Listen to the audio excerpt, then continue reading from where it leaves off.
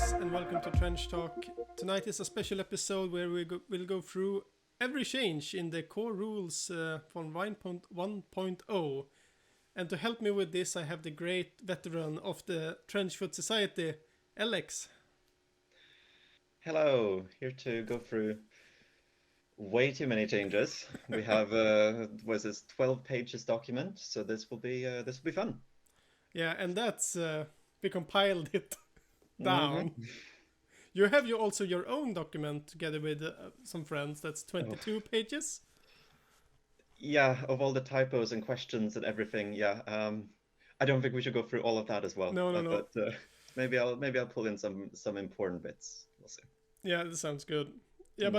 but we will go through like the big changes that we think are worthwhile talking about, and then just go through every faction about some the buffs and the nerfs that has happened. And you might not like notice it at first, but hopefully we got most of them. So, are you ready for point one?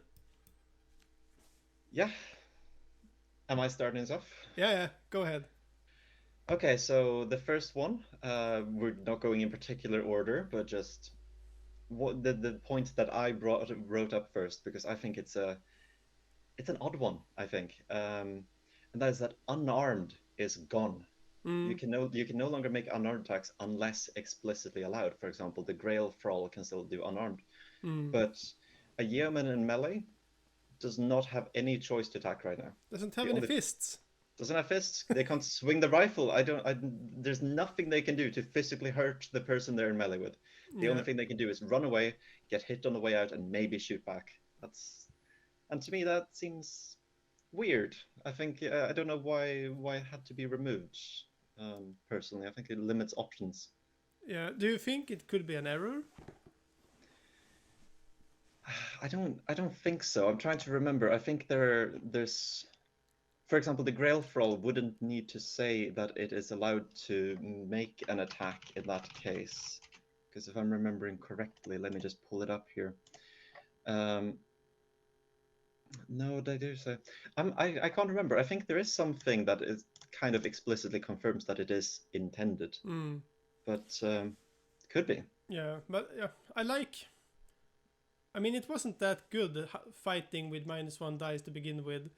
Mm. But this incites you to buy your knife, your boot knives and stuff like that. So I don't care really about this. Mm. It doesn't bother me. Um, it doesn't bother me. No, it's not important, but I think it just introduced a lot of weird edge case scenarios. Like for example, the ecclesiastical prisoner. Maybe it should. Maybe it's a typo and they are supposed to have something, but right now they don't have a rule that allows them to melee. But So those are the models with their handcuffs, right? they could swing that. They could flail around. Yeah, but yeah, it's like what do they do now? They hold a point and then they kind of just stand They there go if they don't have a boom. bomb. But yeah, if they don't have a bomb, yeah, then that's of course a Yeah, thing. they don't have any point besides the bomb. It No. might be. Yeah. Um, but yeah, I think it's an odd one. I think it introduces weird scenarios where you can leave melee without being hit and stuff like that. I don't know, not sure about it. Yeah, so if you leave melee with an opponent that is unarmed, Nothing happens. yeah, but that's the opponent's fault, not yours. Yeah. But yeah, I guess I liked that kind of going back to the injury system in general Mm, of any model can die to any model hypothetically. Your big massive praetor with the coolest armor and minus injury dice could still roll, you could still roll lots of sixes and suddenly that's dead to a bolt action rifle from a yeoman. mm. There's nothing that is invulnerable getting to that point again later though, um, to any attack. There's only very unlikely. And removing unarmed to me kind of goes against that. It does remove that super scenic moment of the Azeb with -2 to hit, -2 dice to hit in melee, Mm. somehow hitting, and -1 dice to injure, and somehow taking the enemy out of action. It's a very scenic moment, and I think Mm. it's a shame to lose it. Yeah, yeah. I kind of agree. but it's not one of the changes that bother me the most. So I let this one slide. Yeah, 5 out of I 10. think that's fair. I think that's fair. Yeah. Yeah. So next one, simplification of two weapon fighting. Are you talking about the amalgam and units with multiple arms? No, just a normal human with two weapons.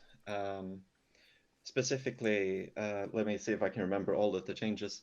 Um, Previously, you could split the attacks. You could, for example, if you started in melee, you could hit with your main hand, run off to the other enemy with a charge if you took the first one out of action, and then melee that one with your offhand. You can't do it anymore because you only have one single fight action that then makes you roll both the attacks within it.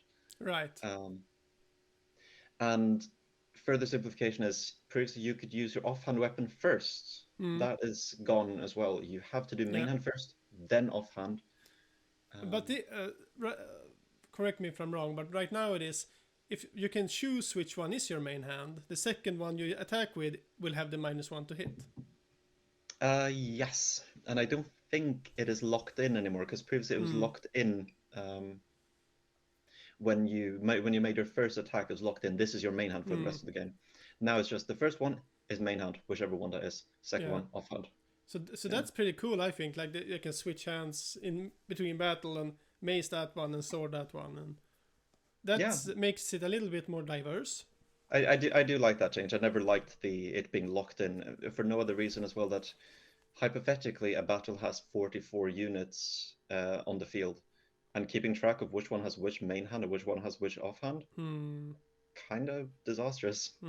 Of course, it never matters, and for that reason, I don't think it should be a rule. So, happy to see it go, really. Yeah, but I like it overall. That's a +1 for me. Yeah. I'll type up. This one is a minus. This one is a plus. Oh, we're keeping score of them. Yeah. Yeah, okay. We're scoring them now. Okay. Yeah. No, I can agree with that. Yeah. The next one, the removal of diving charge roll and blind charge. Okay, so we have to keep these from each other somehow. Like the diving charge change, it is part of the charge roll still, but the bonuses that you got earlier from them are gone, and you only kind of get a chance to die. Well, you get bonuses still, don't you? The +1 to hit. Yeah. Isn't it injury as well? No, I mean, that's removed. I'm 90% sure. Right. Yeah, I think we'll look it up so we don't lie. I think I don't know about this change. I mean, on one hand, I think that diving charges were not coming up a lot unless you were really trying for them.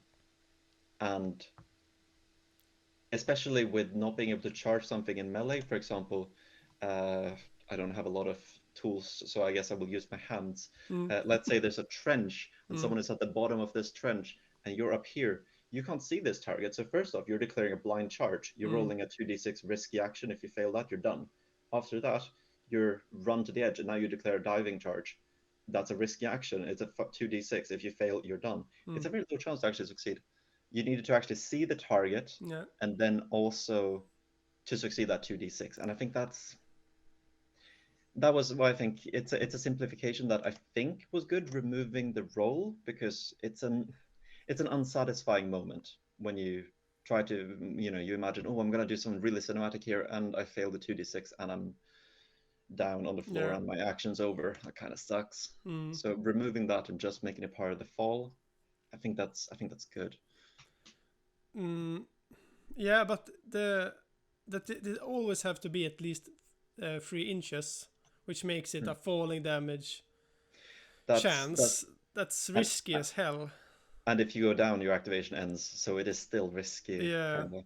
But it says like add +1 dice to your melee attacks your model makes on enemy models. Does that mean melee attacks that both wound and hit? I think that's only hit. Yeah, I think it's only hit as well. Yeah. I guess the injury is gone, huh? Yeah, so it's only +1 hit, and you might die. Yeah, It's not. and the point I've seen brought up, which is I think a valid point, is that you jump down. I think you're rolling +1 dice on the injury when you're falling as well, because it's Yes. over 3 inches. Yeah. Yes. So the results are either you're out of action, you're dead, you're down, you have a blood marker, and your activation is over, or you land, and unless you have really good armor, you just took a blood marker. What can they Mm. do with that blood marker? Mm. Reduce your roll to hit by 1 dice. Wait, that's the bonus you just got for Mm. using a dive charge. Yeah. So it doesn't do anything. Yeah. But what it does is that like you get a glory point in your Mm, campaign for doing a cool charge. That's pretty much it. yeah, And yeah, it makes it better to have ranged weapons. This thing, and I don't like that. I want people to be incentivized to have melee. yeah, I agree. And I think it also makes it weird because I think that's a point I've thought for a long time is that fall damage is affected by armor. I think it just shouldn't be. Mm. Because hypothetically, the best diving charge model is a machine armor model because it's -3, so there's a good chance you don't get a blood marker, and if you Yeah. roll down, you don't actually get down. So it's Like in one way, odd. it's cool. Like Iron Man, he can jump from Mm, from the sky and land, and it will be fine. But like in medieval times, if you had a full suit of armor and fell down, I think you would fall even harder and like hurt yourself. yeah, yeah. I don't. Yeah, I think I can't remember the numbers now, but I remember when I was looking at the fall damage stuff long time ago, I did the math on like when is a machine armor model likely to die from a fall damage, and it's something like 36 inches of falling. And it's like that's not happening. That's very cool, though. Yeah, We need to build that table. and at that point, like the physical model is going to break before Yeah, the datasheet model. It's weird. Yeah. yeah. Do you always drop them like physically from that height? I feel you should. Yeah, you should. If you're doing 36 inches and you want to do a diving charge of that, Mm. you're dropping that model. You have Yeah, to say. yeah. Yeah. I had an interview with the guy that made Necropolis a few weeks back, Mm, and he had like in his game like a rule: if you jump down on a model, that model also took the damage, because like yeah. if a machine armor hits another guy on the head, he should also take some damage from it. I thought that was pretty cool. It's not a bad idea. Yeah, if they're right under, you can jump on them, and you're a 250 kilogram pile of metal, Yeah, then that's gonna hurt. Yeah, I think that wouldn't be too bad. yeah. Make that So the diving charge instead. Diving charge is diving onto someone, not diving next to them. yeah, magplask. Mm, So that's one is a minus, I think that's a right? minus. Yeah, diving charge I think is a minus. And then we have the blind charge gone. It's gone, and I'm fine with this. Like it makes movement even more important. Yeah, I'm torn on it at the moment because it has, again, I think it was one of those unsatisfying rolls. Again, you have a 42% chance to do nothing your activation when you try to Mm. do it. Um, and in 90% of cases, you can just do a dash and then a charge. So very often it doesn't end up doing anything. Mm. Um, on the other hand, well, the different to the actual balance issues. Well, no, let's talk about the balance issues first. Um, Sometimes you can't do the dash and charge, and in that case, it kind of makes the peekaboo playstyle stronger. I think a lot of New Antioch and Heretic Naval Raiding Party brought it up that they can stay at 7 inches away and shoot someone, or move, shoot someone, dash around the corner, or the other way around. Yeah. And you now can't dash because you won't be able to see the person, and then you can't charge. So against a melee playstyle, I think it gets a lot weaker, the melee Mm. playstyle. Yeah. In Uh, that case, it's a minus for me. I like the yeah, melee playstyle. yeah. And then also, I guess the minus on the execution for me because so many things in the document still reference blind charge, and Mm. it leaves so much discussion about like, wait, did they mean to remove blind charge? And it's been discussed like 10 times over the last 2 days, and it's exhausting at this point. Yeah, Um, but like I'm very sure that we will get the answers to these things like mm, within a week, knowing Thomas and his work ethics. yeah, But yeah. if we had to guess, I think like the core rules are correct, and I think the data sheets might have been overlooked. If that's my guess, but I think blind charge is gone in this case. Yeah, mm, I think that's my personal take on it. yeah, But uh, but yeah, as a control freaky person who spends too much time in the rules discussion chat, not being able to provide a correct, answer and definitive answer to these questions, it's frustrating. mm, Um, yeah. We waited this long, right? We can wait a few more weeks. Definitely, definitely. So this one is a plus minus one, 0, maybe. Yeah, yeah, sure. Sounds good. Uh, Next one, model automatically stands up at start, downed ends activation. Yeah, so I'm not sure how to feel about this. I think I'm not too opposed to it, Can you except that explain it oh, to begin with? um, yeah. So previously in the playtest rules, there were two main ways, two general ways to stand up. Either at the start of your activation, you had the choice to stand up, or if later in your activation, you could choose to make I think it was a risky action, not just a normal action, a risky action to try to stand. Um, the roll to stand is gone, and the choice to not stand is gone as well. When you activate, if you can stand, you will stand. Mm, Um, and I don't think that's bad. I think it was overly complex. Like there's no realistic use of still being like wanting to remain down, except for glorious deeds or line of sight shenanigans that I think frankly are uh, mm, unnecessary. mm, Um, so I think that part I think is fine. Um, and then down ending activation, that one I'm a little bit more torn on because I think that makes stuff like falling a lot more punishing. Um, and I think also lowers the value of med kits being able to stand people because mm, hypothetically you'll be able to do that and try that on yourself at least. But mm. now you can't ever really med kit yourself to stand. It's always med kitting someone else. Yeah. Um, but overall, I think I don't know. I need to play more games with the downed ending activation to see like what scenarios actually come up in a game. Hmm. But I'm trying to overall, think if I had like any experience of like if I used the possibilities to like you described earlier. Like hmm. I, in my mind, it was pretty much like this always. But mm, Now the most common case I think of the standing up during your activation at least is you try to retreat, you get mm, down when trying to do so, and you try to stand just to mm, not remain down. Most of the time it wouldn't work because mm, all actions taken while down have -1 dice, so it was a mm, really bad roll. yeah. Um, So in one way, this yeah, it's a simplification for like that speeds up the game a little bit. Yeah, I think it's more plus than minus. Yeah. I think if we have to put a label on it, I think it's a little bit of minus, but it's probably just a minus because I'm used to it. Yeah. Overall, I think it's good. Yeah. Okay. Great. That's a plus. Hmm. Next one is the down injury changed to melee only, which means like when you shot something before, you got +1 to uh, injury if you hit them when they were downed, and that's not the case anymore. Now it's only in melee, and I think this is really good because I like the melee playstyle. Of course. I don't know.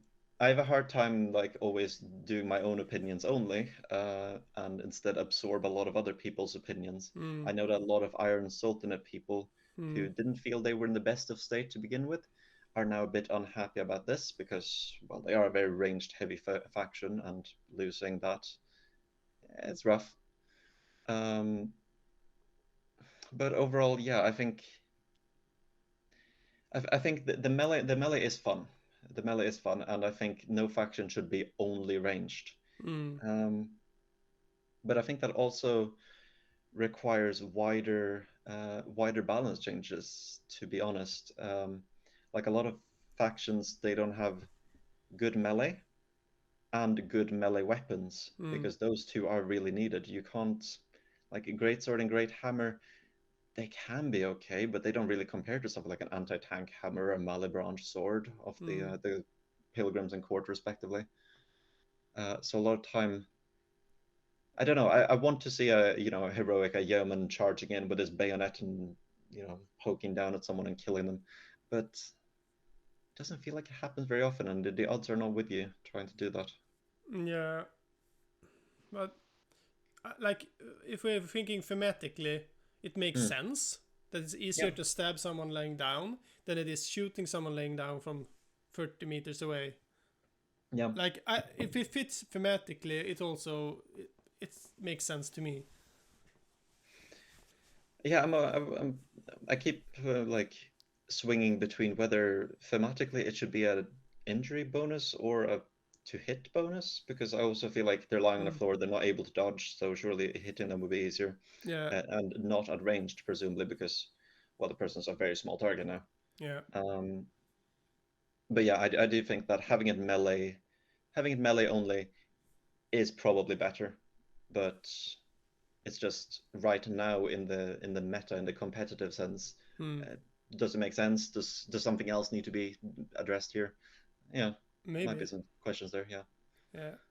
It's too early to tell. Also, like Mm. it was like even if we play with old rules, might be too early to tell what meta changes needed to be had, because Yeah. we haven't had any really big like any tournament at all in the sense that you kept statistics on stuff at all, like Rob has Yeah. done with the stat center for HU Sigmar and stuff like that. Like there isn't any, and I don't personally feel that Trench Crusade is the game that needs it or should have it, because for me at least it's my fun game. Like don't statistically ruin this as well. Yeah. No, But I don't think yeah, I don't think people should stare themselves blind at win rates. In a way, I think the feel of a faction is more important. mm, Like if I play uh, I'm trying to imagine a faction. Let's say if I play a melee faction and I can barely make it into melee, and I don't win the melees that I get into, mm, that faction probably needs some help. yeah, But do they need to be exactly 50% win rate? No, not no, really. As long as you do what you're supposed to do, mm, then I think that's a success for the faction. yeah. We'll call this one a plus then. I think call it 1 plus. Yeah. Yeah. Assault can do all attacks. Can you explain this one? Yeah, so before in playtest rules, you could only ever make one single attack with an assault weapon before you charged. This has now been changed to it can make all its attacks and then charge. Um, it's quite a buff to those weapons. Yeah, for sure. I think that's good, because a lot of weapons, like for example, I'm going to bring up the contentious topic of Prussia. Um, Prussia, obviously, quite a melee heavy weapon. They're supposed to be throw grenades and shoots and then run into melee, stab them to death in their trenches. Um, and for that reason, they got four submachine guns. And realistically, did they use all four? Not really, because if you're charging into melee, you're only doing one attack and then you're charging. Because if you do two, you can't charge anymore, so you're giving up your melee. Mm, Um, so I think for this reason, it opens up a lot more weapons. The submachine gun, namely the automatic rifle, and a lot more of them with certain skills. The automatic pistol, I think, got the biggest shine of this update, really. As a spoiler, lost its -1 dice to injury as well. So you're doing two attacks, and then you're charging in and then doing lots of stuff in melee as well. yeah, I think that's very strong. yeah. But we'll get to that later. My, Yeah. my my sniper priest will be happy. Um, so yeah, assault keyword way stronger and easier to keep track of. Mm. That's a plus plus. Let's say that. Sure. And blast always point target. What do you mean? Yeah, so previously there were two types of blast weapons, if you want to call it that. You had the ones that could target points, or always did, For example, the Artillery Witch or Yep. the Murad Bombard. Um, and then you had the blast weapons that always had to target an enemy. For example, grenades being the Mm. most common. You couldn't throw these on the ground. They have to be thrown directly at someone's body, and Mm. if they hit, then they explode around them. So with this update, they can now, all blast weapons, all weapons that are explosive in any way, can be targeted on any point. I like that. Um, yeah, I think it's good.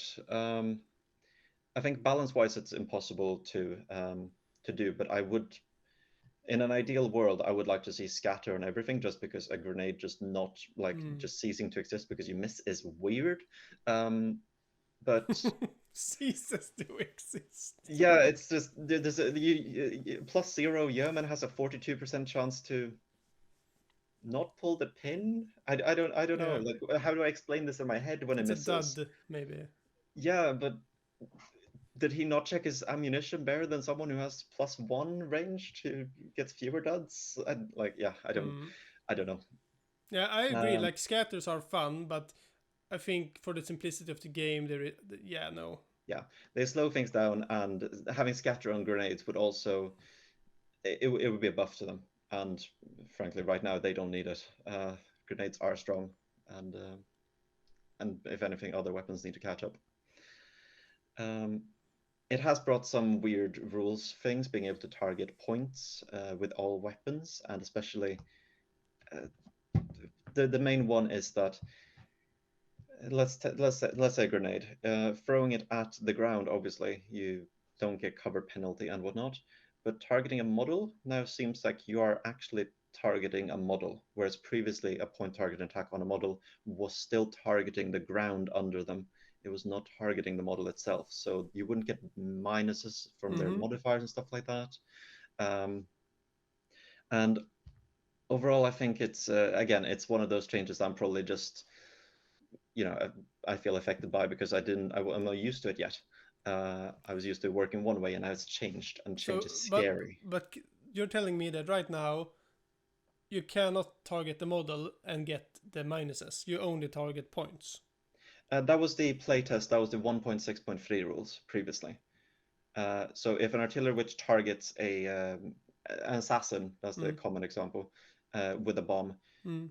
despite targeting right on top of the assassin, Mm. you will not get the -1 or sorry, let's do a heretic death commando instead. You will not get the -1 dice to hit Yep. because you're not targeting the commando, you're targeting where the commando is. I think to a lot of people this was a frustrating difference because it feels a bit gimmicky. Yeah, but how is it And now then? now it's if you do the same attack, you are targeting the heretic death commando, you would get a -1 dice, and if the death commando is in cover and your weapon does Mm. not ignore cover, you will get the penalty to hit as well. But can I choose to attack the ground beside Yes, instead yes. and not get the minuses? Yeah, you can, but for example, if your weapon gets a bonus for direct hit, then Yeah, yeah, yeah, obviously you're not getting that. Yeah, yeah. But this sounds like a plus only. I think so. Yeah, I think it's Yeah. just a lot to get used to, but Mm. I think yeah, overall it's a plus. I think. Yeah. Sweet. Thank you for clarifying. Like I did not know about these. Fine. Heavy dash and shoot. What does that mean? Oh, it's a rules question as well, and it's probably too early to bring this up in reality. Um, there is there's wording, possibly there's possibly a typo or possibly intended, we don't know, but you can interpret the heavy description, um, which specifically says you cannot move, retreat, or charge and shoot a heavy ranged weapon. This doesn't include dash. So is that a mistake that they missed, or is it intentional? Are you supposed to be able to dash and then shoot? I would personally like that because I feel like heavy weapons on non-strong models were for a very long time just no, you don't do that. But having the possibility of dashing, especially with a musical instrument, actually makes it more possible to actually succeed with the dash. I think it opens up a lot of doors in the game. Like Uh, if you read like I think no, because dash, you can move your model a number of inches equal to its movement characteristics. Like, it's not a move action, but it counts as a move action. So I'd say, Yeah, I guess no, if I had to guess. this is But where the typo part comes in because strictly speaking, rules is written. yeah, yeah, yeah, yeah. Let me get the heavy description open, because that says oh no, it's not in heavy. It's in the dash description, because it's not capital move in the comprehensive rules. It's a lowercase move in the dash, isn't it? If you're looking at that at the moment. In it, no, it has a. It's not the capital like all caps, but it has a Uh, big M. Let me find the one I'm thinking of here. Oh God, where is it? Yes, dash. So page 34, is that where you're on? 14. Yes, and this is the confusing part because technically there's two rule books now. There's the core rules, which is the like Mm. commonly referred to as the simplified rules. Mm. And then there's the comprehensive rules. Yeah. So there's some differences between the two, and we don't fully know which ones are we supposed to use when there's a difference. Because page Right. 34 says you can move your model, lowercase m, your number of inches equal to its moving characteristic in any direction. If you succeed, you can move lowercase m with the model. So going by only that, it is not the action move. But page 44 for me is ranged attack success roll. 34. 34. Oh, sorry. Under dash. Interesting. Let's see. You can move your for increase. If you succeed, you can move with the model. Yeah, and it doesn't have a big M there. Mm. And specifically on page 35, on the next page, they specify even move and move with lowercase m, Yeah. that they differentiate between the two. So rules as written, 34 is not doing the move action. But anyway, I don't think we can fully answer whether which But one it is right now. page 14 does have a big capital M in the move. Yes, And as I but said, I think like the earlier core rules are the correct ones, and all, like the attention span and proofreading like gets worse and worse the lower you get. yeah, but then we get into other topics like which one is it? I think retreat. Yeah, for example, retreat is different in 14. That is move the model directly away from its opponent a number of inches. Yep. So you can't move sideways anymore. You must move No. directly away. So it's a lot of questions like that, and it would be nice to get clarity on which ones are we supposed to listen to in these cases. Yeah, But anyway, I think it's directly away in that case as well, but yeah, because if it has changed from something to that, like specifically only that directly away when it wasn't before, it is a change that they have written. yeah, yeah. It could be.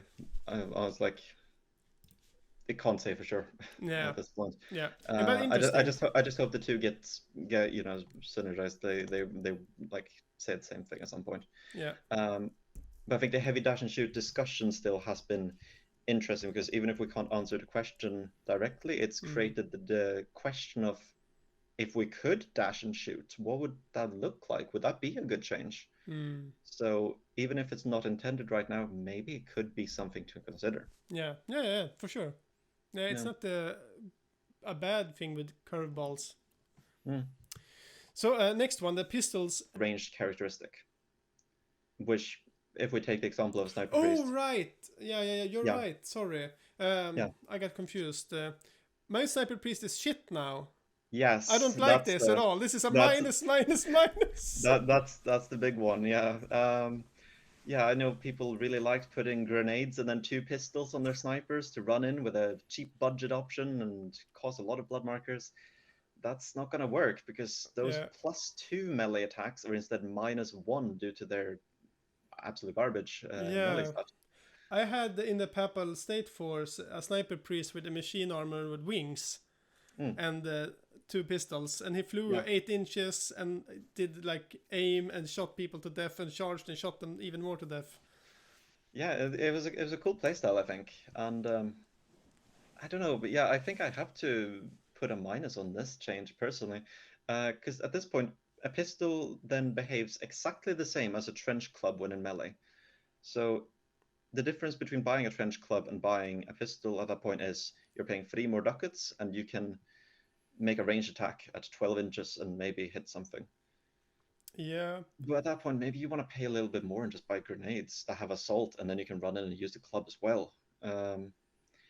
I think in general, the pistol baseline just needs a little bit of love because 12 inches long range, it's not Mm. great. Like it doesn't do a lot. I'd rather have a rifle most of the time or grenades. So Yeah. doesn't Yeah, feel you good. might be right, but hopefully we'll see like uh, more. I don't know how we will see this, especially now when like the book is out or like it's in Mm. print. But I thought that we would have more unit specific changes. Like all of these assassin kind of units would have something with pistols and something with like poison or whatever. Yeah, But that might come with as the plastics come, like the sub faction changes also come with those. yeah. I Maybe. mean, Prussia did get a little bit in Mm, their with their plastic reveal, didn't they? So maybe that is the case. Um, it seems like a couple of variants got some band-aids, which we'll get to later. mm, Um, and other than that, yeah, there wasn't a lot to change up the game here. It was mostly core mechanics, mm. and in a way, I guess that's good. You got to build a good foundation. Yeah, yeah. Hmm. Okay, the next one, shooting into melee tactics.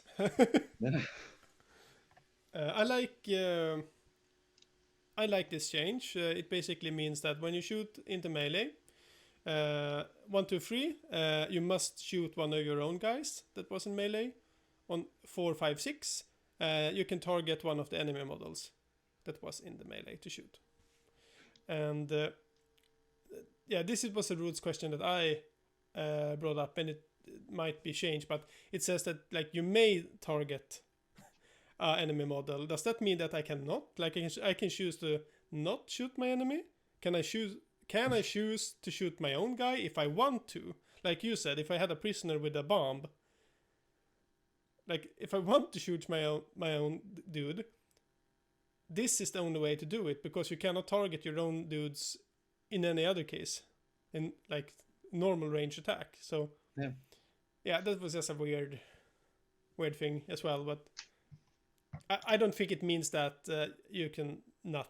I think the may is that you can choose between them if there are Yeah. multiple enemies. Yeah, I think that's probably the case. I don't know what to think about the change in general. I think it makes shooting into melee less punishing because yeah, before it was completely random. If you had multiple allies in melee, Mm, you would randomize between them. Now, as I said, you can take your 250 ducat war prophet, charge him into melee, and then next activation you charge in your 20 ducat pathetic ecclesiastical prisoner into melee as well, and then you shoot what's the biggest gun they can do. They can shoot your communicant anti-tank hunter with a anti-material rifle at the enemy. mm. You shot your friendly. Before you would have a good risk of, oh, I might shoot my war prophet. Yeah, Now you just say, oh, I shoot the prisoner, and then blow him to bits. that's true. It like okay, it makes it more tactical, which I know you're a fan of. Hmm? So you might like that in one way. Yeah, But the chaos of it, I like the chaos of the there, there, earlier. there's a cinematic aspect in there. Yeah, that's lost of the randomness of it. Yeah. Yeah. But for simplicity's sake, I'd say this is a plus. Yeah, again, I think simplicity was probably what they were going for. You lower the amount of dice rolls you need to do. Mm. Um, so it's not a big loss. It's probably a plus for the overall health of the game. Yeah. All right. Next one, and this is a big one. The That's a big. mercenaries. promotable to elite. What? Yeah, I I don't know about this one. There hasn't been that much discussion about it, so I haven't really absorbed too much information. Um, but before, in the playtest rules, we had a small bit of this where the Witch Burner starts as elite, and spoiler, he does still now in the new version. Um, and previously, it opened up a lot of weird situations where, for example, there was an injury before where an opponent got to capture your elite's equipment. And it's like, if you steal a Witch Burner's gavel, do you then get to swing that and cause fire on the enemy when you hit it with a non-Witch Burner model? That's Um, sick. That's a sick yeah, situation. it was a really cool thing, but I think that's kind of shows the danger of the situation because it opens up so many unpredictable doors. I don't know that there are any scary ones out there. You could, of course, a low risk one is the mercenaries, for example, the communicant anti-tank hunter rolling. I can't carry heavy weapons anymore. Now he's just running around with two clubs. Enjoy that. Yeah, yeah. Um, But I like all of this. All that you're saying is like great fun in a campaign you like the setting. you like the chaos, yeah. Yeah. Like, Mm. okay, now you have to make a model with a gavel on it. Have fun. Yeah, I think I don't mind it in general. I'm just concerned about the future proofing and the possible issues that it opens up more than anything. I Yeah. I don't like the bookkeeping of a campaign at all. So like having like mercenaries were one, yeah, you get what you get and that's it. Mm. Now it's not like that. It's more That bookkeeping. that's very true. Yeah, I think part of the appeal of mercenaries to me in a way was that this is a communicant anti-tank hunter, that's a communicant anti-tank hunter. Mm, They're always the same. mm, You've seen one, you've seen them all. yeah.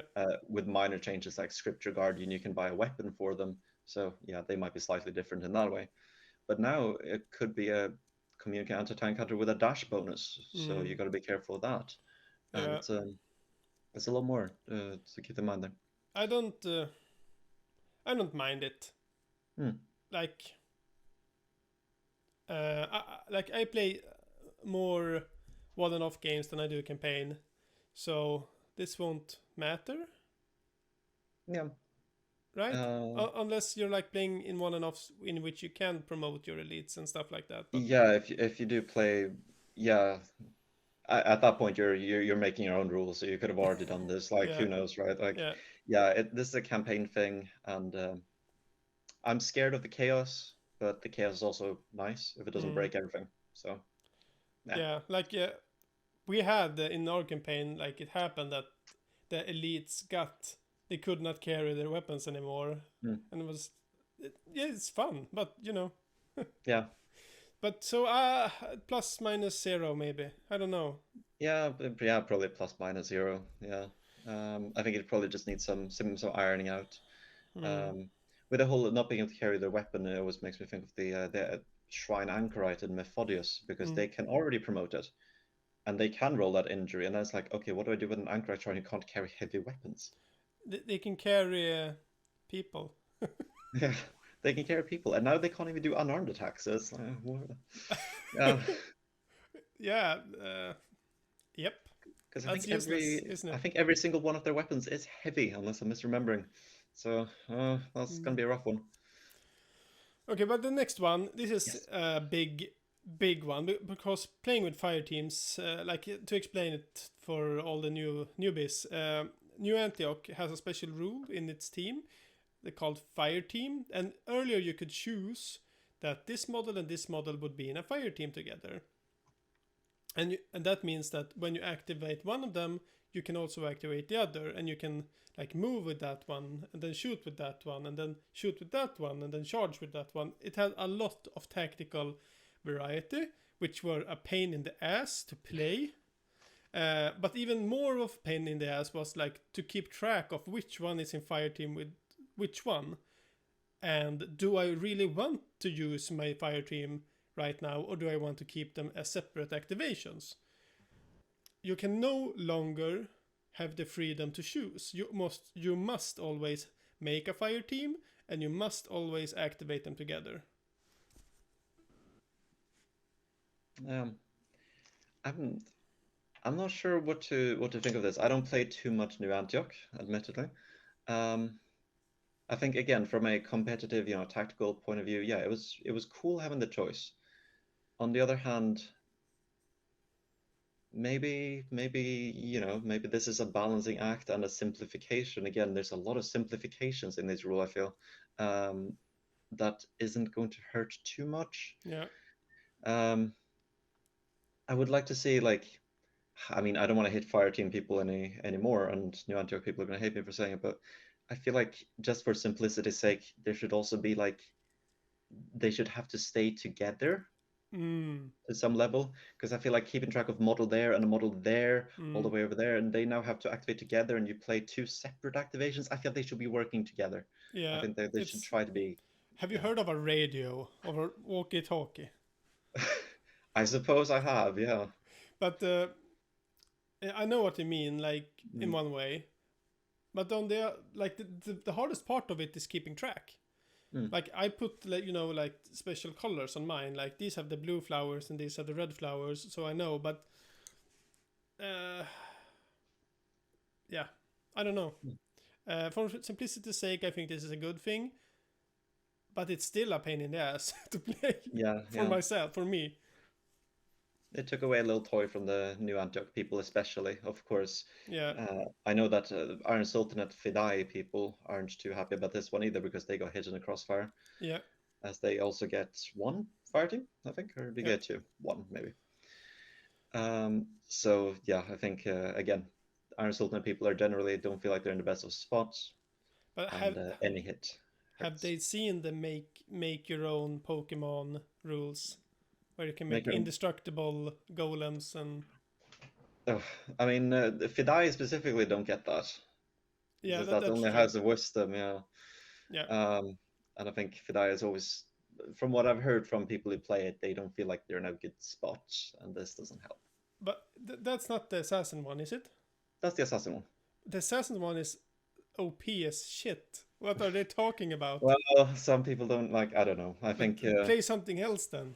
yeah, I think it's difficult because it's really easy to see the flaws in your toys and how cool everyone else's is. But you have like And four assassins that can yeah, teleport and one shot everything.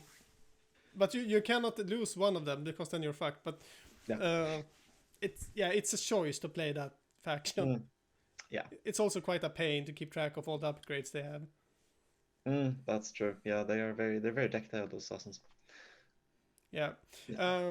But I'm saying this is a plus. What do you think? Yeah, again, I think my concerns about balance and tactical aspects have to take a back seat to simplification, Hmm. and this is a simplification that Hmm. overall I think makes the game easier to play. And maybe New Antioch is always, people keep saying, "Oh, New Antioch's the hardest faction in the game," Hmm. and I'm not sure if they want it to be that. So Yeah. maybe this is a step towards making sure that's not the case. Yeah. Yeah. I don't think they. I think they want it to be like the good guys, the go-to guys, Yeah, kinda, and because they also have the most sub factions and are also maybe the easiest to make sub factions for definitely. Yeah, definitely. somehow. But yeah, and we already talked about this one. Yeah. Charge. So far we talked 1 hour about the general things, and we had one minus, one plus, one minus, one plus, one plus, one plus, one plus. Don't know. Minus. There are more plus than there are minus. That's a good thing. Yeah, I Yeah. I didn't see that coming.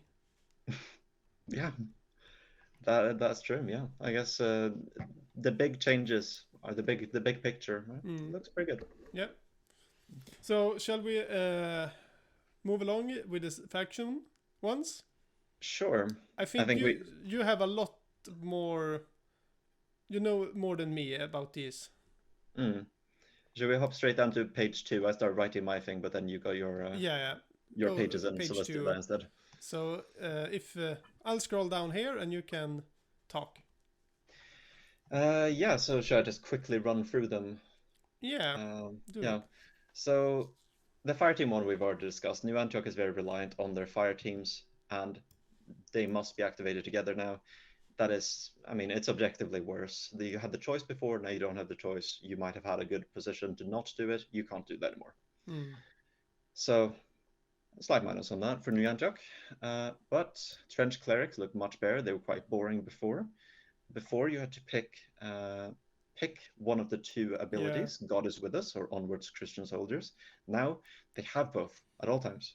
So they always have that fear immunity bubble, and they can always do their risky action to put a blessing marker out. So that's cool. Does that also work with the sub-faction clerics that has We their get in. own? I suppose we get into that later, Okay. but as a spoiler, yeah, they Okay. they also look better. Um, and they also get negate fear. I kind of want to clarify whether negate fear is like a clarification on them having onwards Christian soldiers, or if it is just an innate part of the cleric, because Uh, they can lose onwards Christian soldiers, and do they still negate fear in that case? I'm not sure. I'd say no. I think they in themselves always have negate fear. Okay, yeah. I mean, yeah, rules is written that's the case, and I mean logically as well. He's a holy man. He might Yeah. be, might be scared. Um, This looks like we got a slight typo in it. Aim risk action is now taking +2 dice. Harder to benefit. It's easier. Before it was a flat Yeah. 2d6, and now you get to roll 4d6 and take the highest two. Aim was generally considered for a sniper priest to be not that good because you, again, with the difficulty of risky actions, you have a 42% chance that you do nothing with your activation. It's pretty sad. Yeah. And It was now that rough. chance, yeah, there was very few, mathematically, there were very few opportunities where you should aim Hmm. to have a better chance of doing what you want to do. And that's sad. So now it has +2 dice. It's quite reliable, rolling Yeah. four dice and looking for 7. But it's still risky though. Yeah. So It is risky, yeah. So there's the slight chance that you still miss it, yeah. but the chance of rolling a crit or just to hit more often, that's a pretty good buff. Yeah. Combat engineer. Ooh, this is a big one for New Antioch. This is what a lot of people have been discussing. Um, so they did get +1 dice in melee for their shovel, but it came at the cost of their +1 dice in ranged, which is now +0. They don't shoot very well anymore. Um, I'm unsure what to think of this. I think they were one of few. They were the only non um, non-strong +1 dice to ranged that New Antioch had that wasn't elite. They were my go-to submachine gun guys, and now with +0 dice ranged, I don't think I'm gonna give them submachine guns anymore. Yeah. Um, and it gets worse. I suppose we might as well hop into that now. Yeah, satchel charge because it's so tied to combat engineer. So let's do it right now. The satchel charge has a 6-inch range and a 3-inch blast. It did get buffed slightly in that it ignores armor in the entire blast radius. Previously, you had to do a direct hit, so that's nice. But it no longer ignores long range penalty, so you are a lot less likely to get direct hit and a lot less likely to hit where you're aiming. Hmm. Um, for a 6-inch range weapon with a 3-inch blast, there's a good chance that you're quite close already to action. Because there's a risk that you end up bouncing back in your face, especially losing the 0 dice ranged. If you're throwing at a long range, you're taking 3 dice, taking the lowest 2. Yeah. It's You might drop it on your boots. yeah, I think there's something like a 36% chance, if I remember correctly. I did the math. Why doesn't Uh, this work as a grenade? Like if you miss, it doesn't go off. because it has the scatter keyword. Hmm. And I suppose we'll get to that. But yeah, the scatter keyword, a super nice thing to add as a side thing to that, finally. Instead of having to describe how scatter works in every Yep. single weapon, Yep. they Yep. just Yep. write scatter. Very good. But yes, since it has scatter, it doesn't cease to exist when it misses. It instead moves 1 inch for every point that you miss the 7 by when you make the success roll. Yeah. So in the case of the combat engineer throwing this, It has a 6-inch range, so if you're throwing it at 6-inch and has a 3-inch blast, so you're 3 inches away from the explosion. If you roll a 4 or less, the enemy can move this into your face, and you will be hit by the explosion. Yeah, because it's still the enemy that chooses. The enemy chooses where the scatter goes. Yeah. Mm. Um, I don't love this change because again, satchel charges and engineers feel so tied together, and now it feels like they don't do it well anymore. But do they? Um, What do they do well anymore? Like, do they do anything?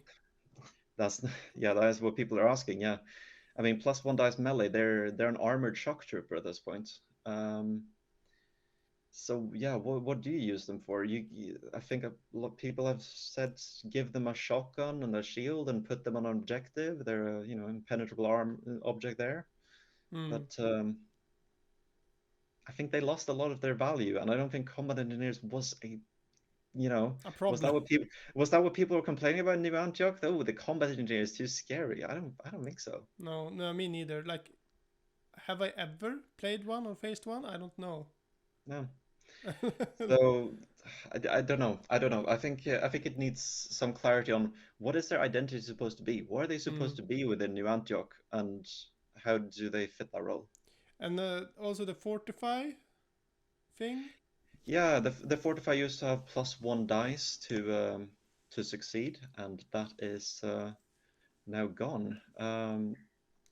I, again, I don't think that's needed.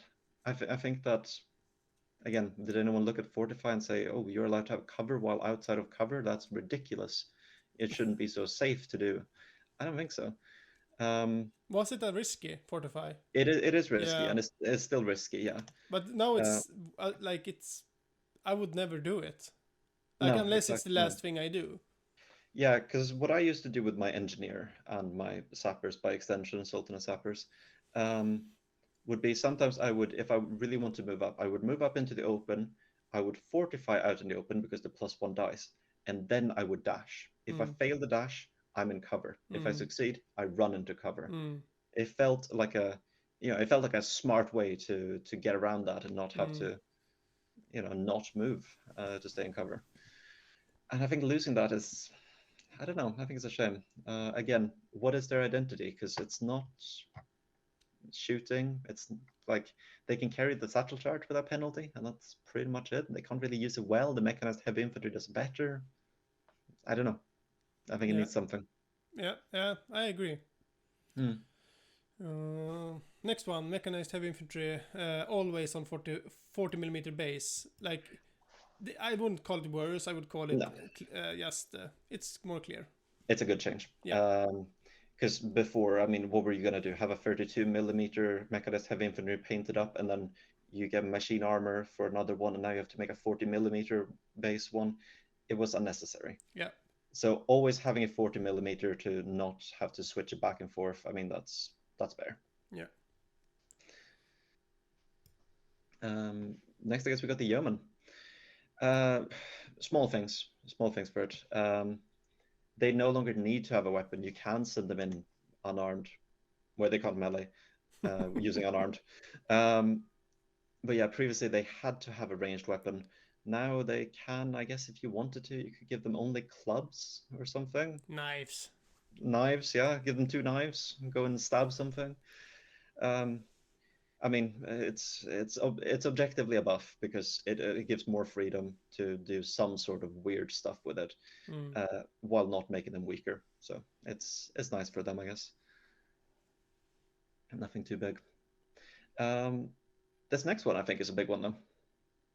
The combat medic. Can take a battle kit in addition to mandatory and got +2 for medikit. Yeah.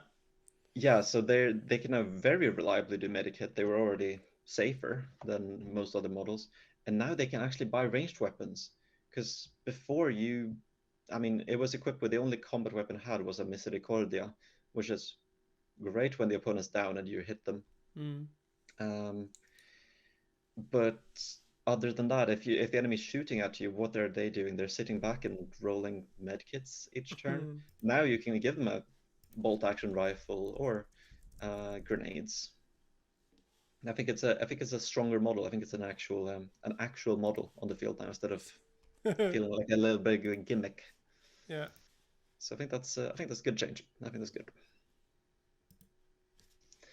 Um, and finally, for base New Antioch, I guess quickly, just Lieutenant on my command is now called Hold Your Fire, and it no longer requires a success roll.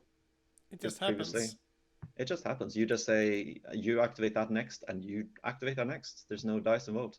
Yeah. Um, Consistency. I mean, can't blame Can, that. can you It's nice stuff. remind me what On My Command does? On my command, will or now hold your fire. Will end the lieutenant's activation, and the opponent must activate the model that the Yeah, right. lieutenant chooses, which is something that they can see. So if you can see a little heretic trooper, you can Mm. say, "You play that next," and then you Mm. have to play the heretic trooper while you're, flamethrowering a warwolf in the back. This is fucking Um, great when playing against fire teams. yeah, Like, you must play with those two guys now. yeah, you can really mess with activations, and I think that's a fun part of New Antioch, and also to return to the fire team thing, why some people are a bit upset at that, because a lot of people consider New Antioch's identity to be their, they're outnumbered but have to use their activations Mm. smartly through the lieutenant, through the observer mercenary, and through the fire teams, and a little bit of that fire team went away. Mm. All right, on to the Pope. Subfactions. Yeah. So yeah, Swiss Guard for the Papal States Intervention Force is slightly better.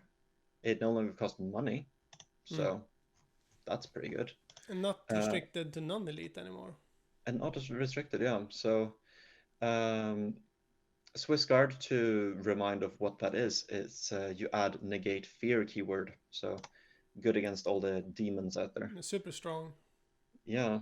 Um, I paid the 5 ducats on all of my dudes for this. yeah, I mean it's a nice thing to do, and I think flavor wise it's nice. I would like to see Papal States still get a little bit more something. Do you, what? Um, Really? just something more fun, not balance wise, but fun. Because they do have, obviously they have a very mercenary heavy focus, but I think maybe giving them a unique melee weapon to use with the Swiss Guard, giving them Mm. a big halberd or Yeah. something. I think that could be cool. I think. Yeah, the thing, like, I didn't buy a single mercenary. I only bought cool items for Mm. my sniper priest. Yeah, uh, of so course. so maybe like super expensive, like a unique lore items Yeah, instead of mercenaries. I think. I think in general, I think yeah, I think that the mercenary focus is, I mean, it's unique in that it's not unique. Uh, Late in a campaign, a good warband will have all their mercenaries anyway. So at this point, what does Papal States really have that's unique? Mm.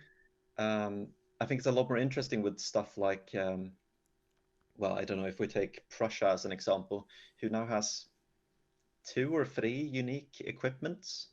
I think that's a lot cooler to show up to a Mm. table and say these are Yeah. these are what they do, Yeah. instead of I have an observer and a communicant anti-tank hunter. Oh, I've seen those. I played New Antioch before. Yeah.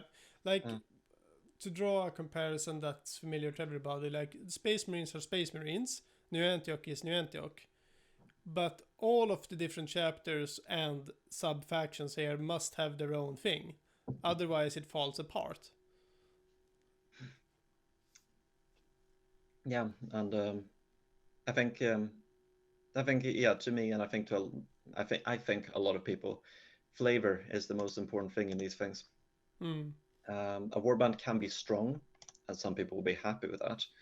But I think personally that the most fun thing in a warband is stuff that really changes up the gameplay, Hmm. stuff that makes you feel like you have unique things. And right now, the Papal States I think could use a little bit of that. I think Hmm. I think as a non-set goal, I think all warbands should aim to have a big unique equipment piece or something, like a unique weapon or a unique consumable, or I don't know, Hmm. something. Yeah. Um, but anyway, onwards, I guess. Hmm. Can't be here all night. The Lector, their unique trench cleric. Um, cost light buff, they get a rise and be healed in addition to the other two previous prayers that we mentioned. So a rise and be healed is to have it in front of me. If they were down, they could stand Um, and I think remove blood markers. I think that's part of it. Yeah, it's a risky action that they take, and if they succeed, they can choose themselves or one friendly model within 3 inches. The model you pick stands back up, no cost of movement, and you can remove D3 blood markers and or infection markers from the model. Yeah. It's a strong one. It's a very Yeah. strong heal. Yeah. Of course, there's the whole it's a risky action with no bonus. Might be And the last thing you do though, but yeah, and I think that that's again where my dislike for the risky actions come in a little bit.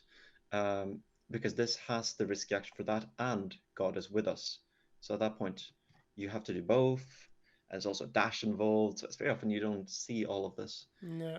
But of course, let's not forget the Papal States get Supreme Pontiff's Crucifix, the unique equipment, Yeah. where they don't end their activation after a failed risky success roll. So if you give that to the cleric, they can try all of these rolls without problem. I gave that to my sniper priest who aimed. Yeah. And I think the sniper priest buff to aim means that maybe you don't have to do that anymore. Yeah, and he can no longer use the pistols anyway, so Yes, whatever. Yeah, the sniper priest is dead. You have to use a sniper now. Yeah, awful, awful. So Erie Rangers. Yeah, the Irish. They got quite a bit. I think people are happy about this generally. From what I've seen, people are happy, which is rare. They can now buy armor-piercing ammunition for 5 ducats. Armor-piercing ammunition being reduce the armor value of whatever you're shooting by 1. It's pretty good. It takes -3 models to -2. Quite a big change because -3 models are basically unkillable without bonuses.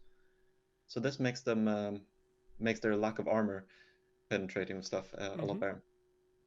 This next one I'm again unsure on because I'm very skeptical of the new combat engineers. They get 2 more combat engineers for a total of 4, and they get 1 extra satchel for a limit of 4. So hypothetically, you have 4 engineers running around with 4 like a satchel each. Yeah, killing themselves. And again, there's a 36% chance every time you throw one that they blow themselves up. That's why you need 4 of them. That's they are expendable, I guess. Yeah. As a side note on the satchel charge thing, I think 1 buff to satchel charging, if it's needed, it would be to add shrapnel to it. Because the let's not forget the combat engineer has unique armor that is good against shrapnel. So logically, if they're going to potentially be blowing themselves up, surely they would have decent armor against blowing themselves up. I don't know. But yeah, it's nice. Again, in theory, I like the combat engineer. In its current iteration, I'm unsure. But if they had this version last update with the +1 ranged to a combat engineer, I'd be cheering. So overall, I mean, I'm happy with that change, I suppose. Ire used to have a limit of only 1 fire team. That's gone. So that's nice. But that also removes their uniqueness. The unique penalty they had. Yeah. So, like it's even though it's not good for them, it's still something unique. That's true. Yeah, I mean it's important. Everyone has bonuses and drawbacks. So the question is, does Ire have enough drawbacks at this point? I suppose we'll get to the end and think about it. Yeah. They can. So previously they had a rule where no model could take heavy weapons except for their 1 mechanized heavy infantry, and their combat engineers could take satchels. That rule has been loosened up a bit. Everyone can take great swords and axes now. Specifically, you can take up to 3 of them in your warband, so not everyone actually. And heavy mechanized infantry may not take great swords and axes. I'm not quite sure why that specifically is in there personally. Yeah, like if the theme is to have people without a shirt on with great axes and swords, this makes it happen. Like there won't be any big mechanized running around with it. But yeah, I don't know if it's just a thematic thing or no. But Yeah, yeah, could well be. Um, and yeah, the limit on heavy ranged weapons still applies.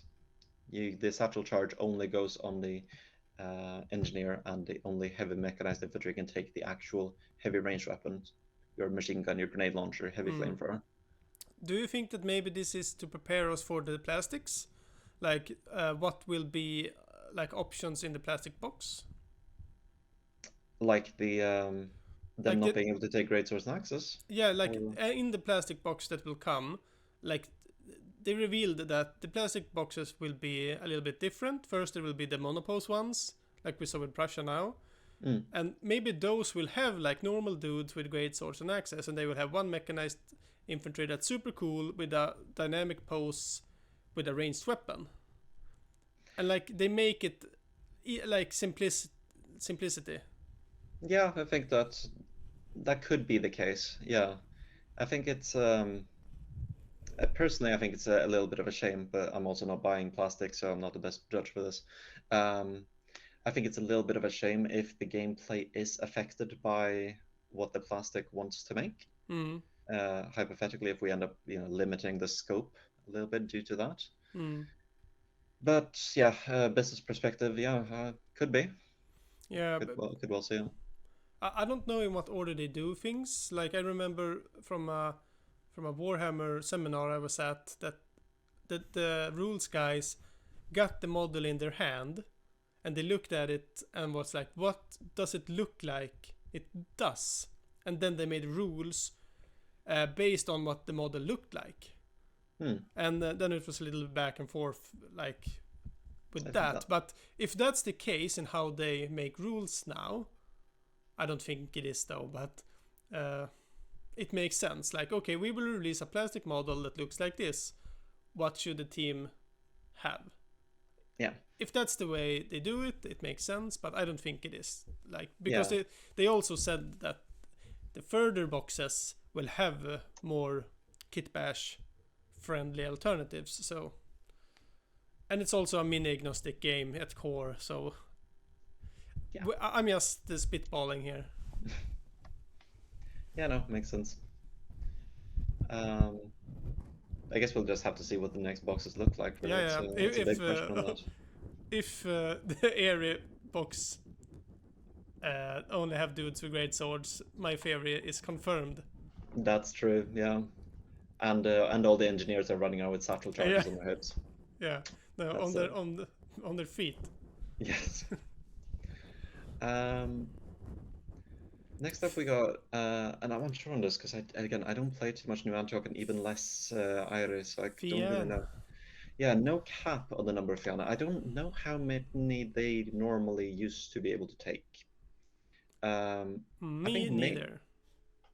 I think it was possibly that the limit was 5, possibly. That's a lot. It is all their shock troopers, but you could also increase the limit further, and then you couldn't make those Fianna. So minor increase, I think. All your shock troopers can be Fianna now, all of them, and Fianna being they get infiltrator and skirmisher for 10 ducats. Okay, that's crazy good for 10 ducats, isn't it? It's very price efficient, yeah. Most other things like trench mole, for example, that pays 10 for only infiltrator. Yeah. So again, skirmisher, yeah, it's worth the money, and especially with, if I'm not misremembering, they don't lose trench moles. No, I don't believe they lose trench moles. So what you can end up with is you end up with 3 trench moles after 1,000 ducats, and then you end up with 5 Fianna infiltrators. You have 8 infiltrators in your warband at this point. All with great access. All with great access, yeah. I think it's the most infiltrators any warband has. So they're cool for that. I think if I do end up playing New Antioch, I might have to try Iron. It seems quite fun. Yeah. Just gotta figure out where to find all the Irish-looking models. Yeah, but it also said got better only Fianna and Lieutenant get skirmisher. In what way is that better? I don't. That's a good question. Again, I don't have the old. Yeah, I'm trying to pull up the old rules quickly. Where do I have them? Replaces some no cap. Yeah, whatever. We'll move on instead. Yeah. Prayers replaces onward Christian soldier with away serpents and rise and be healed. So they get 2 extra instead of onward Christian soldiers. And away serpents, I am not sure what it does, but it sounds like it pushes things. Almost, yeah. It downs them. Downs them. Yeah, alright, that's the So one. yeah, so Super strong one. Yeah. it's a risky action. And sadly, if they're on 40 millimeter or greater, you get -1 dice. So that's a bit unreliable. But as a last action, it's pretty good. And if you succeed, the enemy model is taken down. Fancy enough. On 40 millimeter or larger. Yes. So you can down a desecrated saint. You can. On 40 millimeter or larger, gets Yeah. -1 dice to succeed. So Yeah, it's but still- unlikelier. You can, yeah. Still, Uh, super good. and something like, just a small model that's important, like a hunter in court or a heretic priest. Those are 32 millimeters. So if you bring those down and then bring in a flamethrower, well, flamethrower wouldn't get down bonus anymore, actually. Bring in a greatsword or a great axe, I suppose, as we just talked about. Or 2 or 3. The next one Yeah, is Alba. Or Alba, yeah, the Scottish.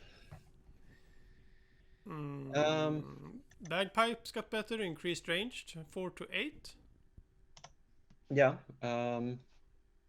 But I mean that's nice, especially with the cleric also having negate fear. It's a lot of negate fear that Alba has now.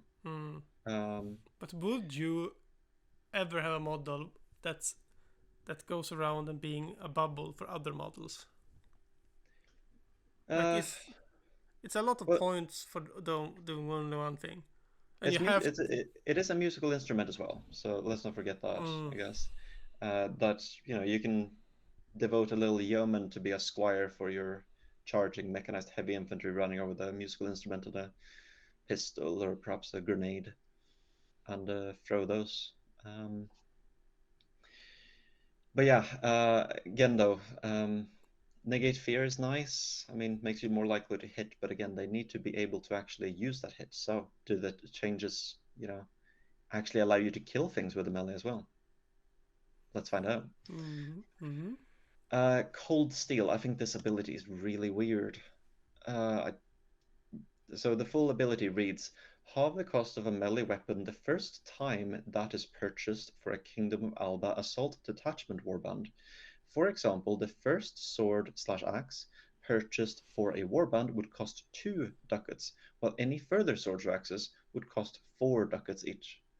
There's been a lot of discussion about this. Firstly, it's only first. It's so if you buy a sword and then lose the model with a sword, well, your next one costs 4 still. And secondly, does this interact with the threshold limit? There's a lot of discussion on that. Like, remove this rule. What's the point of this? Like, it's not for simplicity, I can tell you that. No. You save like maybe 15 ducats in a campaign? I don't know. It's odd, the weirdest shit. Like, it should be... I don't know what it should be. Like, nothing, remove it. Yeah, and I think it just kind of encroaches on the other ability that they have, which is Claymore Smiths. Great swords cost 7 ducats instead of 12. I mean, this is already doing the same thing, kind of thing. Yeah. It's discounting your melee. Why do you need further discounts on your melee? It's a bit far. Yeah. Yeah, it's an odd ability, I think. They get Dum-Dum bullets now. So that's nice. Dum-Dum bullets, if I'm not misremembering, is critical keyword. What is a Dum-Dum? Like in real life? Yeah. Oh, that's a good question. I think isn't it like ammunition that kind of blows up? Like it kind of shrapnels? In Swedish, dum means stupid. So, I mean, this is stupid bullets. They're very stupid bullets. Yeah, quickly check the design to expand on impact and do a lot of hurt when you hit someone. Yeah. With them. I think if I'm not misremembering, aren't they banned by the Geneva Convention or something like that? I can't remember. But yeah, they have limit 3 on the Dum-Dum bullets. I think this is quite minor. I don't rate critical keyword very highly. I do. Okay, yeah, I well, like. you'll enjoy the dun dun bullets. Yeah, but I like them on my great sword. Yeah, you can't put the bullets on that. No, but Um, the critical keyword is hella good. yeah, it's just I like reliability. I like knowing that when I Hmm. shoot, this is going to happen instead of maybe 10% chance this happens. Yeah, Okay. I feel Yeah, like we complement each other pretty well, like in our way, in our relation with this game. I suppose so. Yeah, I suppose so. Um, all right, onwards from the bullets. Yes, Highland Strength, the shock troopers uh, and the lieutenant get strong now. Previously, it was only the lieutenant. Strong shock troopers is really good, I think. Do they Um, always have it, or do they pay for it? no additional cost in ducats. So That's they yeah. have was it 3 mechanized heavy infantry that are strong and running around, and then they have 5 shock troopers that are strong, and then they have a lieutenant that's strong. They have Hmm. 9 strong models. It's But you might actually they need to uh, be strong for the axe. well, they got the what's it called assault drill passive already that they ignore heavy on a melee weapon. So they don't strictly need it for the melees. So at this point, like a shock trooper with a heavy flamethrower, why not? I guess, or tossing some grenade launchers on your shock troopers. I'm unsure why it's a thing. I think it's But but what were what you said something earlier that they already had it? What's that called? uh, assault drill. Where is assault drill? The shock trooper passive that all the shock troopers have except Prussia. You can ignore the effect of the heavy keyword for one melee weapon that a shock trooper has. All right, Still and cannot have more than one weapon. yeah, and the shock troopers already have that. Yeah, I don't know either then. So the only like buff to this is if you're doing shock trooper ranged, and is Yeah, that what they wanted them to do? Maybe I don't. Making shock troopers ranged heavy models is, I mean, it's a far move for them. So it's yeah, unique. yeah. Because the area already does the melee pretty good, Yeah, infiltrate melee. yeah, But uh, yeah, yeah. It's a again, it's an odd one. It opens a lot of doors for Alba, I think. Um, but I'm unsure why the doors are opened. mm, Um, yeah, we'll see then yeah. what happens. Then there's the Lochaber axe. I don't quite remember what the Lochaber axe did before exactly. I think it was +1 injury dice. No, it was +1 flat, wasn't it? And then critical or something like that. It was basically a hammer and a sword combined, if I'm not misremembering. And Um, it also has the block now.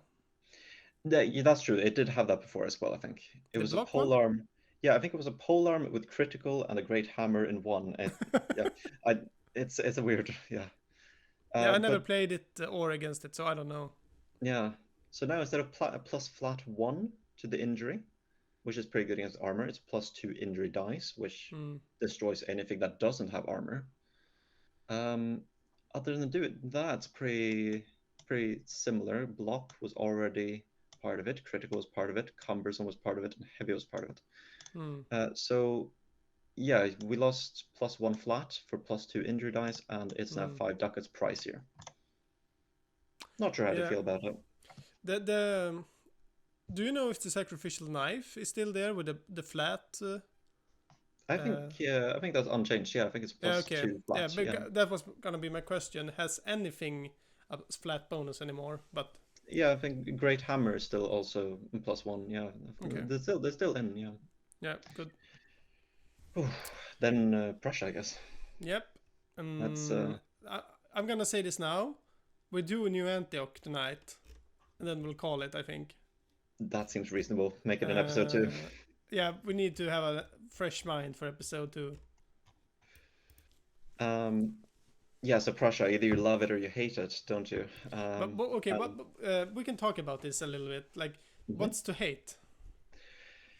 I I think know. Yeah. yeah. I think it's mostly the competitive-minded people who are generally a little bit against Prussia because We have to go back a few versions. I think we go back to 1.5 if I'm not misremembering. 1.5, they're pretty good. They get a lot of fire teams, coordinated assault. What is it called? Coordinate the cheaper blood buff when fire teams attack each other's Yeah, yeah. targets. That was just implemented. That was nice for Prussia since Prussia has free fire teams. They're still throwing their grenades super far. They're still throwing their satchel charges super far. They're spamming flamethrowers. They got infiltrators. They got super good dash. They're in a solid spot. 1.6.3 comes out, and they get tank splitter swords. Mm. The people who, again, the competitive-minded people who previously looked at Prussia and was like, yeah, they're solid, now think, oh, that is very strong now. Tank splitter swords they're an incredible weapon. No way around it. They cost 15 ducats, not a lot at all. You get 3 of them. Now you get 2, to be fair. And you get to set a dice to 6 before you roll, and then you roll 2 other dice. So killing the tankiest thing in the game, a -3 armor thing, only requires you to roll 1 6 on however many injured dice you're rolling. Mm. It's good, and it's especially better against things that aren't, of course, -3 Mm. armor. So Prussia was pretty good. Prussia was, I think, if you ask most competitive tournamenty people, I think people would say, yeah, they're probably number 1, if not, they're up there. Mm. And then the plastic kits come out, and we get their rules, and they get even more buffs, is Mm. generally what people think. What they are is, I mean, we're going to go through that here, I suppose, if we just want to jump into that. So their cleric can now buy Holy Smoke. It's a consumable, negates fear and -1 injury dice for 15 ducats. I find this one a bit strange, personally, How long does it because last for? end of battle. Oh, right. Yeah, that's Um, very good in a tournament sense then. yeah, especially in a one-off, you're paying 15 ducats for that, and you're not really Yeah. losing anything. The part I find strange isn't balance-wise, but the part I find strange is martyrdom pills have this exact same effect. So you're essentially able to buy 2 martyrdom pills. So it's now running over with -2 injury dice to all attacks against it. Yeah, okay. All right. So they worded so they can stack. Yeah, they are. I mean, they are separate equipment. There's nothing about separate Yeah, effects but if stacking. It's only the same name. They have different names. if both So had negate fear, it wouldn't like do anything, right? the negate fear part doesn't stack. Yeah, No, no. and they yeah. But the -1 Uh, in your dice is not yeah, okay. you Yeah, add those together for -2. Yeah. I understand. Um, and then in a campaign, just taking the absolute nightmare scenario, um, you can really buff this cleric up in a campaign. If you buy previously mentioned ducal winged armor for it, Mm. that's a -3 armor for it, Mm. where previously it's normally under Prussian rules, they're not allowed to buy anything better than standard armor, if I'm not misremembering. Has it changed how much it costs? The Because ducal winged armor, it was like 12 glory in total, right? it is still 12 glory. So that's Um, a lot. I suppose, do you want to cover the campaign stuff in a future No, time? maybe, baby. Yeah. Well, just briefly going into it, campaign stuff has changed, and a lot of exploration results now give you free equipment instead of having to pay for it. So it's a Mm. lot easier to get that ducal winged Okay, armor now. okay. So yeah, you can create an absolute monster with this Feldkaplan. You can create a -3 armor, -2 injury dice, and if you play, what are they called, Temporal Lord Patron, and roll this Patron Mm. skill, Mm. you enemy can't apply injury dice to your model anymore. Only blood buff. This thing's Mm. basically unkillable. Mm. It's scary. Um, so for that reason, I think that it's overly tanky with the most stacked stuff, and I think that should be looked at probably. Anyway, to not get fixated on Feldkaplan for too long, let's talk about something else, I guess. Tank Yeah, splitters, as I yeah. said, they got nerfed a little in that their limit is now 2 Mm. instead of 3. so you get one fewer. Um, I mean, that's a nerf. There's no way around that. That's a nerf. That's good. Mm. If you think Prussia is too strong, that's Mm. good. And then it got a buff, which I think it doesn't make sense. It now previously it got to set the result to 6 for any injury that was against someone who's armored. Now it's against anyone, full stop. They don't have to wear armor. Yeah, that's And pretty. That's weird to me. Like it doesn't fit thematically. the thing is that Tank Splitter Sword in its description explicitly says it's like coated in chemicals that turn armor into like a weapon against itself. It like melts armor and Mm. turns it into, it hurts the person wearing it. Yeah. And that's not reflected in the game anymore. It's just everyone gets hit by the chemical. Yeah. Really hurts. That's a minus. I put a minus on that. That's a minus. Yeah, I think that's unnecessary. I don't know why they did that. The Yeah. Tank Splitter Sword need to be strong against unarmored enemies. Yeah. But yeah, that's Prussia. Then we got one last section, I guess, the Yep. Abyssinia. Yep. Um, Abyssinia, Ethiopia, if you will, got some minor things. There was a lot of debate when Abyssinia came out, and we never settled this debate of whether they could buy Trench Clerics and Holy Warriors, which is their Trench Cleric replacement. The new rules specify you can. So you can run around with 3 Clerics on the board, which is pretty cool. That's a lot of clericing. Yeah. It is. Um, And all of them then, doing lots of different buffs. yeah, all of them will have the previously mentioned 2 Yeah. prayers. 2 of them, the Holy Warriors, will also have Blessed Psalm and God's Mercy, which are 2 unique prayers that they have. Quite strong ones, if I'm not misremembering. Let me just quickly. Yeah. God's mercy heals D3 blood markers instead of 1. Yeah, I think we have it called God's Mercy, but it's Arise and Be Healed. It's the same one as the Papal States and Ire gets. They can stand up and they can heal, which is again a very strong heal. Mm. And then Blessed Psalm as well. I think that one's a bit strange, but I guess What does it do? it doesn't require a success roll anymore.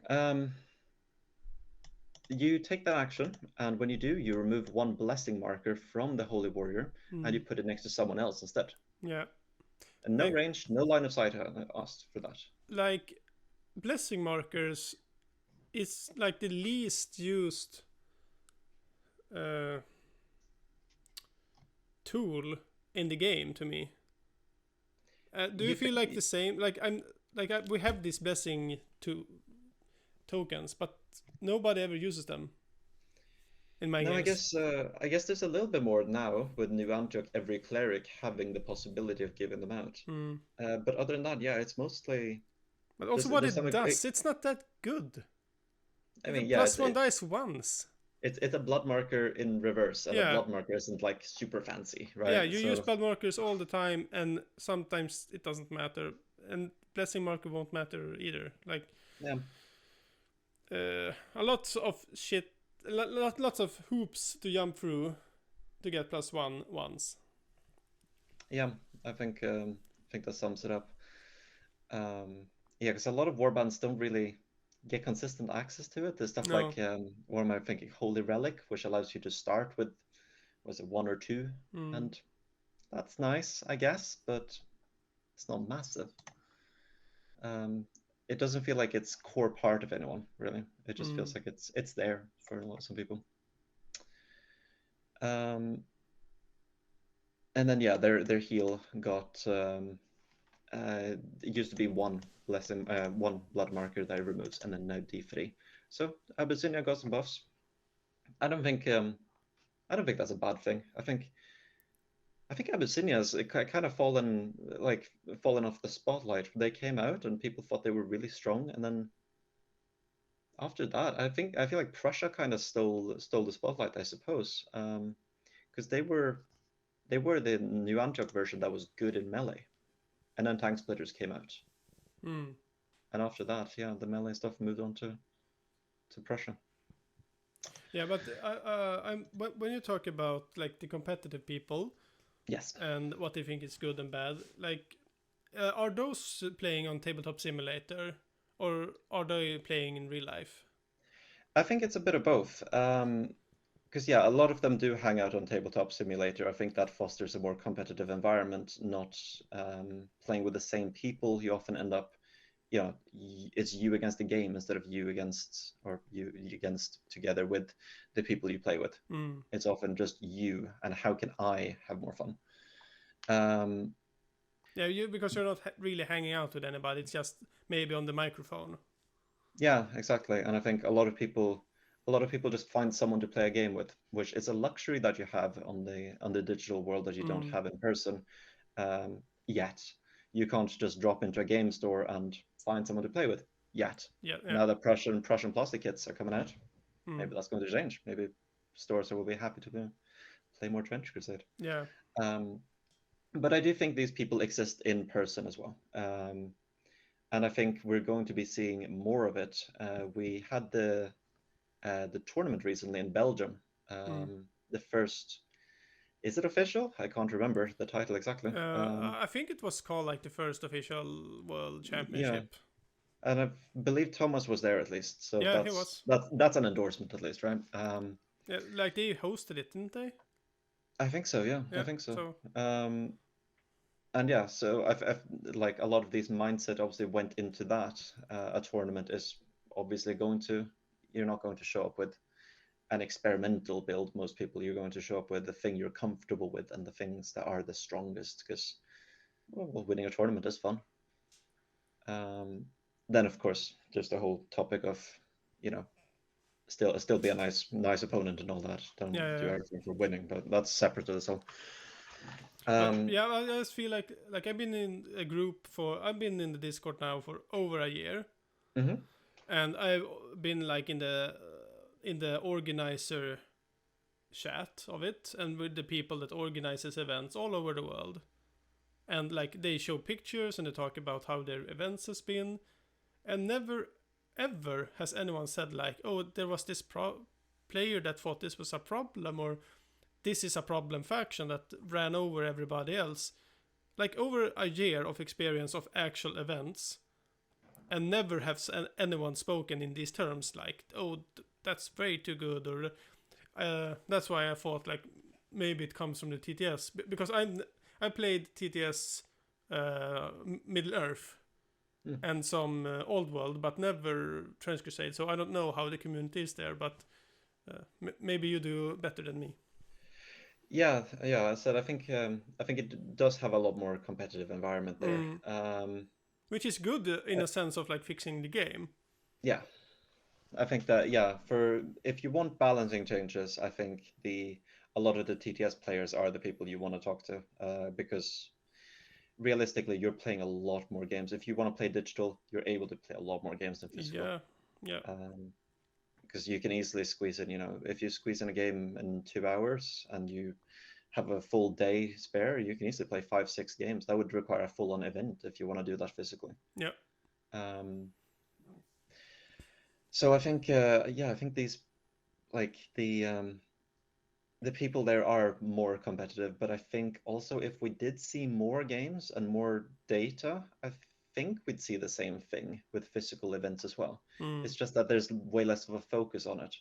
mm, I think that maybe, an event is organized for newcomers and Prussia does win, but it's not seen as a problem because, well, everyone's new, everyone's having a fun time. That's mm, the main goal, right? Not did everyone have a balanced game. yeah, I yeah, think that's just the different perspectives.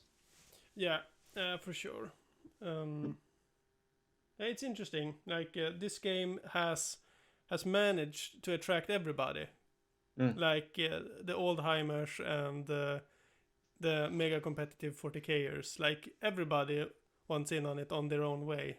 So Yeah, I just think it's very interesting to to be a part of and talk about. And I think that yeah, as you say, like everyone's in, including a lot of new people. mm, There's a lot of people starting with wargaming through Trench Crusade because, well, it's relatively accessible through STL's digital printing, not having to buy expensive kits that might not be physically available to you. Yeah, Is and that if you have rules. the rules are free, yeah, and you don't have to play with any models. I think I bring this up every time, but my first Trench Crusade games were played with two types of equipment. I had a roll of masking tape, and I had a board of chess pieces. That was what I played Trench Crusade with. Hmm. I drew up, a square, and drew, Yeah. wrote on it house, and pretended that was a house, and then I put my pawn inside. That was my yeoman That's who tried to basically shoot how something. people play 40k now. Yeah. But yeah, So, the DIY punk is strong in you. mm. So yeah, I think the ease of access compared to something like 40k. I mean, Mm. I don't play 40k. If I wanted to play 40k, frankly, I don't know what I need to do. I would need to buy rule books, I presume, and then to play properly, I would need to buy the official models. Here, there isn't that pressure. You can Yeah. play as you want. Yeah. There is as little or as much as you want, and I think that is really valuable Yeah. for bringing in new players. Yeah. And yeah, for some people, I chose the most. Like I want to have all of the official models Yeah. to make it as expensive as possible. But yeah, that's a luxury for sure. But Mm. I feel the same way with computer games. Like the computer games I spent most time on and absolutely the most money on are those that are free to play. And like Path of Exile is like my go-to game. It's free. You don't get any bonuses for paying money for it. But Mm. I spent 1,500 euros on that game now. Like, Yeah. Yeah. and it's free. I mean, there's no way you go to the Steam store and buy a game called like that costs 1,500 euro, no matter No, how good they promise that it is. no, I would It's never. not happening. No. It's like it's free and it's based on goodwill. So Yeah. the better Factory Fortress does, the more people will be able to want to spend money on them. Yeah. Yeah. I think the ease of access is just not just the future for wargaming. I think it's the future for all gaming, really. Mm. I mean, we do see more and more. This is going off a segue. We do see more and more video games, becoming free to play, Yeah, microtransactions, stuff like that. It's easy to pull them in yeah, if there's no barrier to entry. You yeah. just It's super decide you want to do important. it. It's super important though that it isn't pay to win. Like Mm. if we're gonna talk about like Magic, for example, like this card is mega good for 2 months. If you find it and buy it, you will win more than the people that don't have it. Like that's Yeah, basically pay to win. yeah. Uh, I it's funny you brought up. I recently did with my partner. I got lightly into Magic. We played a little bit, mm, and yeah, I bought a deck for £35, mm. so like €50 or something. And then I looked at like, oh, what would it take to upgrade this deck? It's like several cards are like €40, and it's like play 3 turns after this one. It's like, well, that's really good. Mm. But yeah, there is that aspect of money Yeah, giving power. and I guess you could argue that Warhammer and 40k is the same. Like this new model is stronger than everybody else. You should buy it while it's good. We don't suffer from that in Trench Crusade. Like yeah, Yeah, the you can have the tank splitter sword, whatever. Like do it if you want to, but nobody.